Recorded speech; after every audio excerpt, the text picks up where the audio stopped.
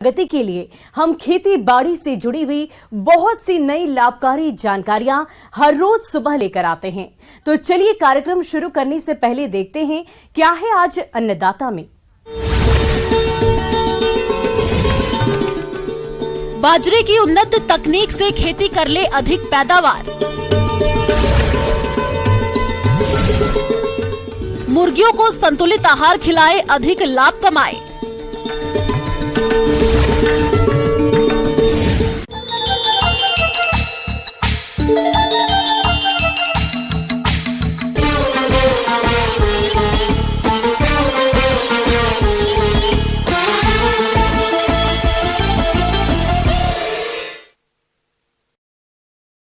जैसा कि किसान भाइयों, राज्य में बारिश का दौर चल रहा है और किसान बाजरे की बुआई में जुट गए हैं।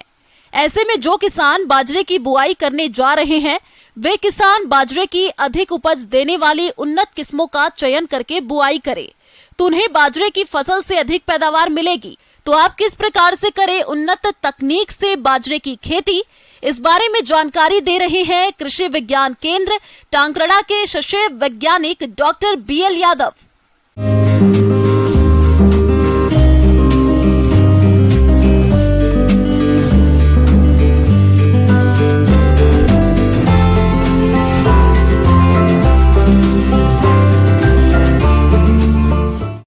बाजरा की खेती बहुत ही बड़े क्षेत्रफल पे होती है और ये फसल बहुत ही महत्वपूर्ण है, क्योंकि बाजरे से हमारे को दाना और सूखा चारा दोनों प्राप्त होता है। जहाँ पे पशुधन ज्यादा रखते हैं तो वहाँ बाजरा की फसल बहुत ही महत्वपूर्ण है खाने के हिसाब से और चारे के हिसाब से।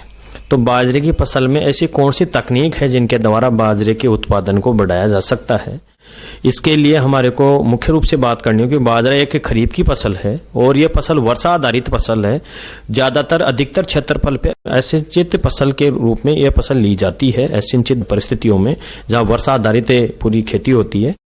तो इसलिए इस फसल को हम देखते हैं तो इसकी उत्पादन तकनीक हम बात कर रहे हैं। तो सबसे पहले हम बात करते हैं कि भूमि एवं खेत की तैयारी। इसके लिए सभी प्रकार की भूमियों में बाजरे की खेती की जा सकती है। हल्की भूमि से लेकर मध्यम से भारी भूमि में इसकी खेती सफलतापूर्वक की जा सकती है। ध्यान हमारे को रखना है कि जिन क्षेत्रों में या जिन जगह पे बाजरे की खेती होती है वहाँ उचित जल निकास की व्यवस्था हो, यानी जब वर्षा होती है तो वहाँ जल नहीं बढ़ना चाहिए। यदि जल भराव वाला क्षेत्र है तो वहाँ ये फसल जो है बहुत अच्छा उपज नहीं देती है, बहुत अच्छी परफॉर्मेंस नहीं देती है और उसमें इतना फायदा नहीं होता। तो इन क्षेत्रों का हमको विशेष चयन करना होगा। खेत की तैयारी के समय पहली जुताई मिट्टी पलट हल से करते हैं। इसके बाद खेत में 15 गाड़ी पुरानी गोबर की खाद को डालकर मिट्टी में अच्छे से मिला दिया जाता है। फिर 2 बार कल्टीवेटर या रोटोवेटर लगाकर खेत की अच्छी तरह से जुताई करते हैं। इसके बाद खेत में पाटा लगाकर भूमि को समतल कर दिया जाता है। साथ ही खाद एवं उर्वरक प्रबंधन। बाजरा एक जो असिंचित परिस्थिति में बोई जाने वाली फसल है, तो इसमें खाद की मात्रा 60 किलोग्राम नाइट्रोजन और 20 से 30 किलोग्राम फास्फोरस की आवश्यकता होती है। और ये दोनों ही जो है नाइट्रोजन और फास्फोरस, नाइट्रोजन की 1/3 मात्रा और फास्फोरस की पूरी मात्रा हम बुआई के साथ में उड़ के देवे। और नाइट्रोजन की जो 2/3 जो मात्रा है वो जब फसल 25-30 दिन की हो जाए पहली तब, और उसके 10 दिन बाद में दूसरी जो है मात्रा 10 से 15 दिन बाद में स्प्लिट के रूप में हम देंगे। तो निश्चित रूप से हमारा जो है फसल में पोषक तत्वों की पूर्ति होगी। और यदि बारिश से कम आती है, उस समय बारिश नहीं होता, तो स्प्लिट की दूसरी जो मात्रा है उसको हम रोक सकते हैं। साथ ही उन्नत ऐसी कौन सी उन्नत किस्में हैं जिनको हम उपयोग करके अधिक उत्पादन प्राप्त कर सकते हैं और साथ ही गुणवत्ता प्राप्त कर सकते हैं दाने की और चारे की दोनों। तो इसमें जो मुख्य रूप से जो उन्नत किस्में हैं, HHB 67 है जो इम्प्रूव्ड जिसको बोलते हैं, राज 171 है, ICMH 356 है, RHB 121 है, RHB 173 है, RHB 177 है, RHB 223 है, RHB 233 है एवं साथ ही जो है RHB 234 जो किस्में हैं, इन किस्मों को लेके हमारे किसान भाई बाजरे की बुआई कर सकते हैं। साथ ही बीज दर की बात करें तो उन्नत किस्म का जो बीज है प्रति हेक्टेयर 4 किलो बीज पर्याप्त होता है। तो इस प्रकार से बीज दर का बहुत विशेष ध्यान रखें। साथ ही इस फसल में जो भूमि जनित और जो बीज जनित जो बीमारियां हैं उसकी रोकथाम के लिए हमको जब बुआई से पूर्व बीजोपचार करके फसल की बुआई करें, तो उस टाइम बीजोपचार में हमको कौन कौन सी चीजों का ध्यान रखना है।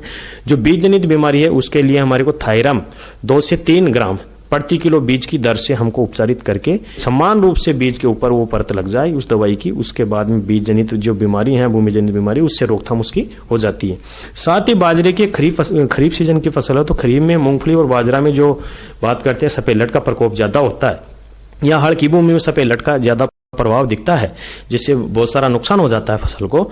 उसकी रोकथाम के लिए हमारे को इमिडाक्लोप्रिड यानी फंजीसाइड के जो उपचार के बाद में, थायरम के उपचार के बाद में इमिडाक्लोप्रिड जो कीटनाशी है, इमिडाक्लोप्रिड 600 एफएस 6 ml प्रति किलो बीज के हिसाब से उपचारित करके हम लगाएंगे तो सफेद लट से रोकथाम हो जाएगी। और साथ ही जैसे एजिटोबैक्टर कल्चर है, लिक्विड जो आ रहा है बाजार में उपलब्ध है, उसको 5 से 10 ml प्रति किलो बीज के हिसाब से लगाएंगे तो कम से कम 15 से 20% नाइट्रोजन की बचत होगी, जो हमारे किसान भाइयों की लागत में बचत आती है। और दूसरा एक्स्ट्रा जो है नाइट्रोजन यूरिया के रूप में देते हैं वो नहीं देना पड़ेगा। साथ ही जो पीएसपी कल्चर लिक्विड आता है वो भी इसके बाद में 5 से 10 ml प्रति किलो बीज के हिसाब से लगाएंगे तो निश्चित रूप से 10 से 15% फास्फोरस की बचत होगी, या भूमि के अंदर जो फास्फोरस है जो फिक्स हो जाता है उसको उपलब्ध अवस्था में आएगा और हमारी फसलों को मिलेगा, तो निश्चित रूप से बहुत अच्छी बढ़वार होगी। और बुआई करें तो इसकी जो लाइन सोइंग है उसकी दूरी करीबन जो है कतार से कतार की दूरी 40 से 45 सेंटीमीटर रखिए और पौधे से पौधे की दूरी 10 से 15 सेंटीमीटर रखिए। इसका बीज 1 से 2 सेंटीमीटर गहरा नहीं होना चाहिए। यदि ज्यादा गहराई में डाल देते हैं तो पौधों की संख्या हमारे को कम प्राप्त होगी, जिससे हमारी उपज पे विपरीत प्रभाव पड़ता है। तो जब हमारे किसान भाई बुआई करते हैं तो गहराई का विशेष ध्यान रखें। साथ ही सबसे जो समस्या आती है बाजरे की फसल में खरपतवार की आती है। किसान भाइयों, बाजरा की फसल में खरपतवारों की समस्या भी गंभीर रहती है। इसके लिए आप एट्राजिन खरपतवार नाशी 1 किलो दवा 600 लीटर पानी में घोलकर बुआई के तुरंत बाद छिड़काव कर दें, जिससे आप फसल में खरपतवारों की समस्या से काफी हद तक निजात पालेंगे और फसल की बढ़वार भी अच्छी होगी। और उसके बाद में यदि खरपतवार होते हैं तो 25-30 दिन बाद में निराई कुड़ाई करके खरपतवार निकाल देना चाहिए। उसके बाद में बाजरे की फसल एकदम से बढ़वार पूरी हो जाती है और उस टाइम उसके बाद में जो खरपतवार के कारण से जो नुकसान होता है उतना नहीं हो पाता और अच्छी फसल हमारी हो जाती है। किसान भाइयों, अभी तक आपने खेती से जुड़ी हुई कुछ उपयोगी जानकारियां देखी। अब लेते हैं एक छोटा सा ब्रेक, जल्द ही लौटेंगे और कार्यक्रम में आगे भी है खेती बाड़ी से जुड़ी महत्वपूर्ण जानकारियां, तो बने रहिए हमारे साथ।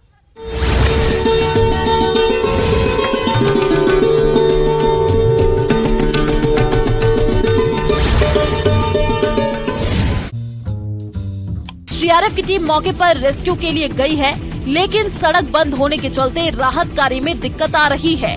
वहीं स्थानीय लोगों का कहना है कि भूस्खलन के कारण मलबा आया है।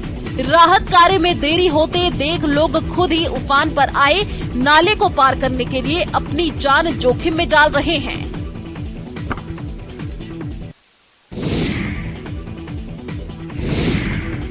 राजस्थान की कई जिलों में भी लगातार बारिश हो रही है। बारिश के चलते उदयपुर की कई झीलें पानी से लबालब हो गई हैं। शहर की पिछोला झील बुधवार की रात ओवरफ्लो हो गई, जिसके बाद स्वरूप सागर झील के 2 गेट खोल दिए गए, जिसके बाद यहां पानी आयड नदी के जरिए उदय सागर झील पहुंचने लगा है। मुख्य मार्ग होने की वजह से वहां यातायात अवरुद्ध।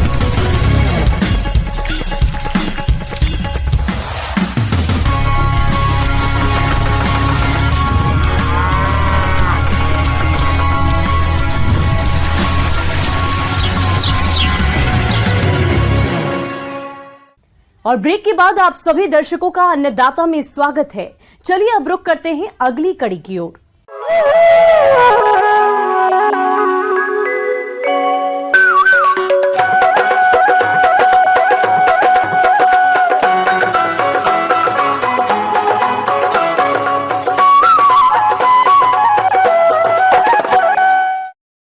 किसान भाइयों, अगर आप मुर्गी पालन से जुड़े हैं और कम लागत में अच्छा मुनाफा कमाना चाहते हैं तो आपको मुर्गियों के आहार प्रबंधन पर विशेष ध्यान देना होगा, क्योंकि इनके आहार में बरती गई लापरवाही के कारण मुर्गियों की बढ़वार प्रभावित होती है।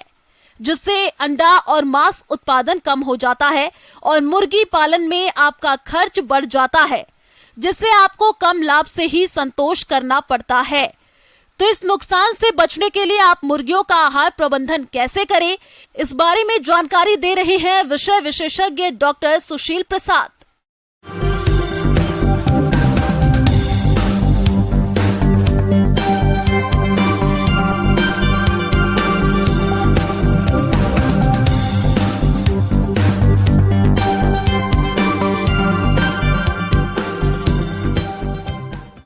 आज हम मुर्गियों में ख़ास तौर से संतुलित आहार की बात करेंगे। सबसे पहली बात है कि संतुलित आहार है क्या। संतुलित आहार इसको क्यों कहते हैं? क्योंकि हर जीव जंतु को एक संतुलन के लिए एक उम्र के हिसाब से, जैसे कोई बच्चा है तो उसे प्रोटीन की मात्रा ज़्यादा चाहिए, कोई बड़ा है तो उसे कार्बोहाइड्रेट की ज़्यादा ज़रूरत है, और उसी प्रकार से प्रोटीन, कार्बोहाइड्रेट, फैट, ये तीन चीज़ हमारे भोजन में उपलब्ध होता है और उसे हम उसी हिसाब से देते हैं। कि अगर आप अंडे देने वाली मुर्गियां रख रहे हैं तो उसमें 3 प्रकार का दाना दिया जाता है। पहला स्टार्टर, जो कि 2 महीने तक दिया जाता है। दूसरा दाना जो होता है वो बढ़वारी दाना कहा जाता है, यानी कि ग्रोअर। तो ग्रोअर दाना कहते हैं, जिससे कि मुर्गियों का शरीर का बनावट बढ़वार उससे होता है, और ये हम कम से कम 9वें सप्ताह से लेकर 19 सप्ताह तक देते हैं। तीसरा प्रकार का जो दाना होगा वो है लेयर दाना। तो लेयर दाना में क्या है कि अब मुर्गियां 20 सप्ताह के बाद अंडे देना प्रारंभ करती हैं, तो उसके दाने में हमें कैल्शियम की ज़रूरत ज़्यादा होता है, क्योंकि आपने देखा होगा कि अंडे का छिलका जो बना होता है वो कैल्शियम का बना होता है। तो हमें इस प्रकार के एक संतुलित आहार बनाने की आवश्यकता होती है, जिसमें से पहला है चिक राशन। इस राशन को बनाने के लिए मक्का 50 किलोग्राम, सोयाबीन मील 16 किलोग्राम, खली 13 किलोग्राम, मछली का चूरा 10 किलोग्राम, राइस पॉलिश 8 किलोग्राम, खनिज मिश्रण 2 किलोग्राम और नमक आधा किलोग्राम मिलाकर बनाते हैं। दूसरा राशन है ग्रोवर या वर्धक राशन। इस राशन को बनाने के लिए मक्का 45 किलोग्राम, सोयाबीन मील 15 किलोग्राम, खली 12 किलोग्राम, मछली का चूरा 7 किलोग्राम, राइस पॉलिश 18 किलोग्राम, खनिज मिश्रण 2 किलोग्राम और नमक आधा किलोग्राम मिलाकर बनाते हैं। तीसरा है लेयर राशन। यह 20 से लेकर आगे के सप्ताह तक दिया जाता है। इसे बनाने के लिए मक्का 48 किलोग्राम, सोयाबीन मील 15 किलोग्राम, खली 14 किलोग्राम, मछली चूरा 8 किलोग्राम, राइस पॉलिश 11 किलोग्राम, खनिज मिश्रण 3 किलोग्राम और नमक आधा किलो मिला करके बनाते हैं। मुर्गी पालक भाइयों, इस तरह आप आहार का मिश्रण स्वयं घर में तैयार कर सकते हैं। और अगर ब्रॉयलर मुर्गी का पालन कर रहे हैं तो उसमें 2 तरीके का दाने की ज़रूरत होती है।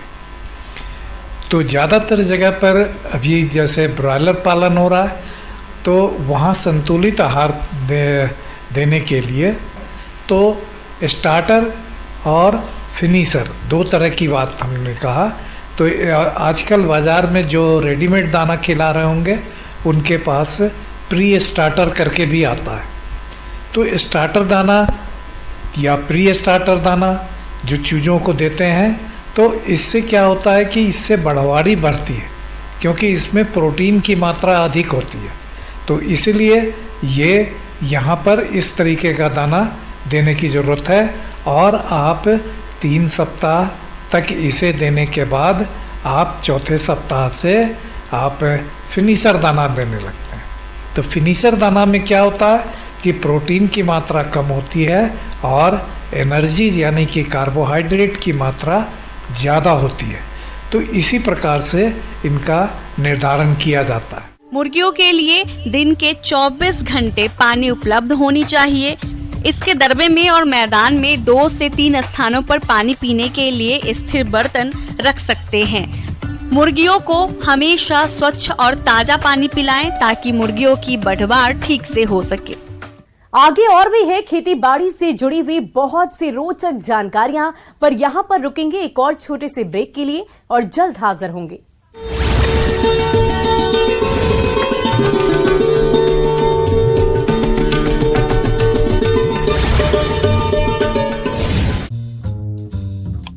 के लिए पुलिस को बुलाना पड़ा। कैचमेंट एरिया में पिछले दिनों से लगभग हर दिन हो रही बारिश के चलते शहर की झीलों में पानी का आवक जारी है। इसके चलते पिछोला झील ओवरफ्लो हो गई है, जबकि फतेहसागर में भी मदार नहर के जरिए पानी की आवक जारी है। विभाग ने बताया कि अगले 2 सप्ताह में फतेहसागर झील भी ओवरफ्लो हो सकती है। फिलहाल फतेहसागर को ओवरफ्लो होने के लिए 2 फीट पानी की जरूरत है और जिस तरह पानी आ रहा है उससे उम्मीद है कि हरियाली अमावस्या मेले से पहले ही झील के गेट खोलने पड़ेंगे। इस बीच स्थानीय प्रशासन ने अलर्ट जारी किया है और लोगों से अपील की है कि जहां पानी की चादर चल रही है उस रास्ते से आवाजाही ना करें।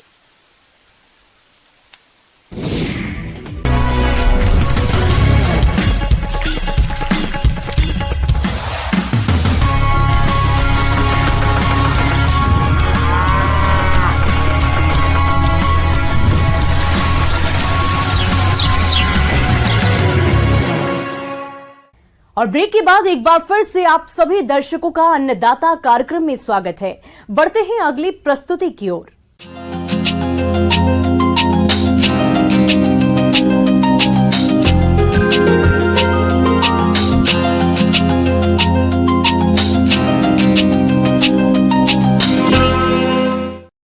आम की बागवानी अपने राज्य में कई किसान करते हैं और इससे अच्छी आय भी कमाते हैं और इसी लाभ को देखते हुए हमारे जिन किसानों ने आम का नया बाग लगाने के लिए रेखांकन करके गड्ढों की खुदाई कर ली है, उनके लिए आम के पौधे लगाने के लिए वर्तमान समय उचित चल रहा है।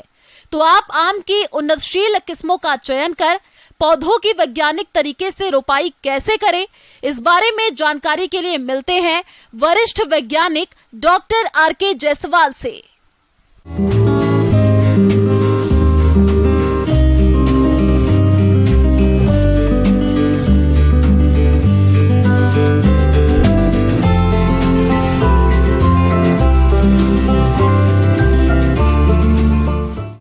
किसान भाइयों, जैसे कि आप सभी जानते हैं कि आम फलों का राजा है और इसकी उत्पत्ति जो है हमारे देश में हुई है। आज हमारे देश में अगर सबसे ज़्यादा अगर बाग है तो आम का है। आम की जो है बहुत सी किस्में और जातियां हमारे देश में प्रचलित हैं। इसमें मुख्य रूप से जो है दशहरी किस्म है, साथ ही साथ लंगड़ा है। इसके बाद आपका जो है बॉम्बे ग्रीन है, आम्रपाली है, मल्लिका है। ये बहुत अच्छा हमारे क्षेत्र में परफॉर्म कर रही है, बहुत अच्छा हमको उपज दे रही है। जहाँ पे हमको नया बाग स्थापित करना है तो आप देख लीजिए कि उसकी ज़मीन कैसी है। तो सायल डेप्थ जो है, मतलब मिट्टी की गहराई ज़रूर देख लेनी चाहिए और कम से कम 2 से 3 फीट अगर मिट्टी की गहराई है तो बहुत अच्छा है। किस्म के हिसाब से हमको खेत की लेआउट और प्लान तैयार करनी चाहिए। तो आपने लेआउट कर लिया, अब लेआउट करने के बाद गड्ढे की खुदाई, ये बहुत महत्वपूर्ण है। और इसके लिए अगर आपकी जो है कंकरीली पथरीली वाली ज़मीन है तो कम से कम 1 metre by 1 metre by 1 metre का लंबाई, चौड़ाई और गहराई का गड्ढे हमको ज़रूर तैयार कर लेना चाहिए। गड्ढा की खुदाई करने के बाद 8 से 10 दिनों तक खुला छोड़ दें, लेकिन गड्ढा खोदते समय यह ध्यान दें कि ऊपर की 30 सेंटीमीटर मिट्टी निकालकर अलग रखें और नीचे के 70 सेंटीमीटर मिट्टी अलग रखें। जैसे कि आप सभी जानते हैं कि आम जो हमारी परंपरागत तरीके से लगा रहे हैं वो लगभग जो है 10 मीटर कतार से कतार की दूरी पे और 10 मीटर पौध की पौध दूरी पे हम लगा रहे हैं। जो हमारी पुरानी जातियां हैं और वो ज़्यादा फैलती हैं, उनके लिए 10 मीटर बाई 10 मीटर कतार और पौध की दूरी जो है ये उपयुक्त होती है। दूसरी बात, अगर कलमी पौधे हम लगा रहे हैं तो इस दूरी को हम 8 मीटर बाई 8 मीटर पे भी कर सकते हैं। रोपण दूरी का निर्धारण किस्मों के आधार पर किया जाता है और गड्ढा खुदाई के समय किस्म के अनुसार गड्ढे खोद लिया जाता है। यदि दशहरी की बागवानी सघन करना हो तो 3 से 4 मीटर भी नई तकनीक में रोपण किया जा रहा है, लेकिन इसमें समय समय पर बाग की कटाई छटाई जरूरी हो जाता है। इसके अलावा अरुणिका किस्म की रोपाई 1 गुना से लेकर 4 गुना मीटर की दूरी पर कर सकते हैं। अगर अम्रपाली है तो इसके लिए 2.5 गुना 2.5 मीटर की दूरी अनुशंसित है। वर्गाकार विधि से हम जो है आम का रोपण करते हैं, तो इसमें जो है 4 कोने पे 4 पौधा होता है और वर्गाकार विधि का सामान्यतः हम प्रयोग करते हैं। तो उसमें जो है आधार खाद के रूप में गोबर की खाद का या हमारी जो वर्मी कंपोस्ट है हम उसका प्रयोग कर सकते हैं। तो प्रति गड्ढा कम से कम 15 से 20 किलोग्राम गोबर की खाद का, या आपकी जो है अगर वर्मी कंपोस्ट आपके पास में है तो 5 से 7 किलोग्राम आप वर्मी कंपोस्ट का प्रयोग कर सकते हैं। अगर जहाँ पर हमारी दीमक की समस्या होती है तो हम नीम की खली का उपयोग कर सकते हैं और प्रति गड्ढा 1 किलोग्राम नीम की खली का हम प्रयोग कर सकते हैं। और ये आपका जो है आधार खाद के रूप में जो है हम इनका प्रयोग कर सकते हैं। यदि हम रसायन पे जाना चाहते हैं तो सुपर फास्फेट जो है 500 ग्राम और म्यूरेट ऑफ पोटाश जो है 250 ग्राम जो है हम म्यूरेट ऑफ पोटाश या एसओपी सल्फेट ऑफ पोटाश ले सकते हैं। इन सब का बढ़िया मिश्रण बनाएं और गड्ढे की भराई कर दें।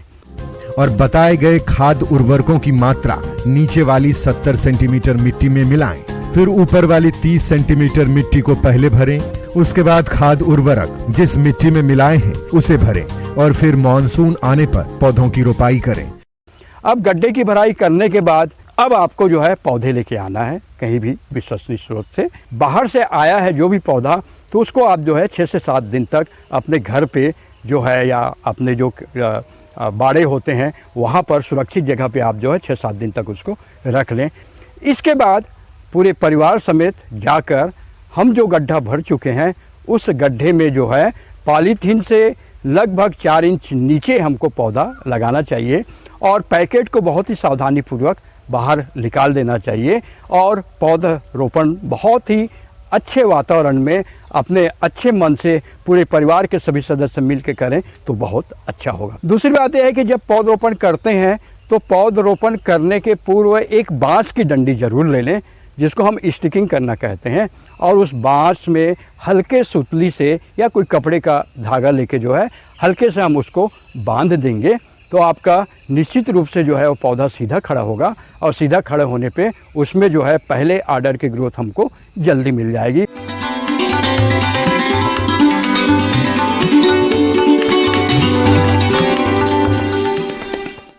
अन्नदाता हेल्पलाइन निशुल्क फोन संपर्क सेवा के माध्यम से आपके द्वारा पूछे गए प्रश्नों में से 1 या 2 महत्वपूर्ण प्रश्न को हम अपने कार्यक्रम में शामिल करते हैं और इसी के तहत आज किसान का सवाल और उसका जवाब कुछ इस प्रकार है। अन्नदाता निशुल्क फोन संपर्क सेवा के माध्यम से पूछे गए प्रश्नों में से आज हमने जिस प्रश्न को कार्यक्रम में शामिल किया है उसे पूछा है रायपुर जिला पाली के कृषक जीवराज सिंह ने। ये बिहार हैरी कैटरपिलर कीट के नियंत्रण के बारे में जानकारी चाहते हैं। तो जीवराज सिंह जी आपकी जानकारी के लिए प्रस्तुत है कार्यक्रम का ये अंश।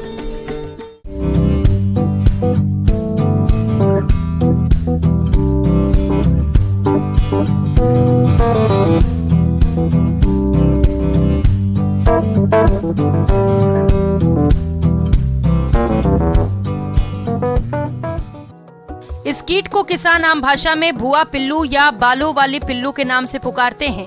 इसकी मादा पत्तियों के निचले भाग पर सैकड़ों अंडे देती है, जिससे कुछ ही दिनों में पिल्लू निकलकर सबसे पहले पत्तियों के हरे भाग को खा जाते हैं और फिर धीरे धीरे फूल और फलियों को भी खाकर नुकसान पहुंचाते हैं। अगर कीटों का प्रकोप अधिक हो रहा है तब NPV के 250 LE का 1 लीटर प्रति हेक्टेयर की दर से छिड़काव करें। यदि फसल में नुकसान आर्थिक क्षति स्तर से अधिक है तो आप रासायनिक नियंत्रण के लिए 1 मिलीलीटर इंडोक्सकार्प दवा को प्रति लीटर पानी के हिसाब से घोलकर फसल पर इसका छिड़काव करें, जिससे कीट का नियंत्रण हो सके।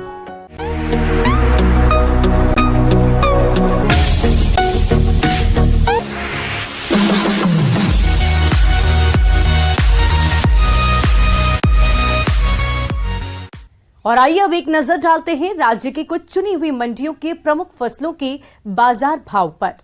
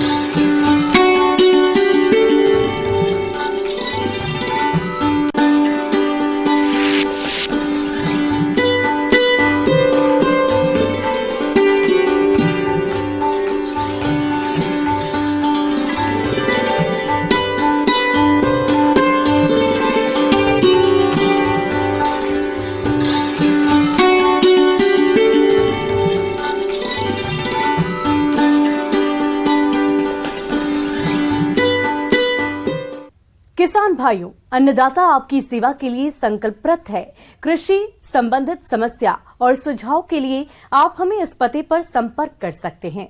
प्रोड्यूसर अन्नदाता news 18 Rajasthan, Ramoji film city, Hyderabad 501512। साथ ही आप हमें ईमेल भी कर सकते हैं। हमारा ईमेल है p18annadatarajasthan@nw18.com। इसके अतिरिक्त आप हमें निःशुल्क हेल्पलाइन नंबर 180088926163 पर सोमवार से लेकर शनिवार सुबह 10 बजे से शाम 4 बजे के बीच संपर्क कर सकते हैं। किसान भाइयों, अब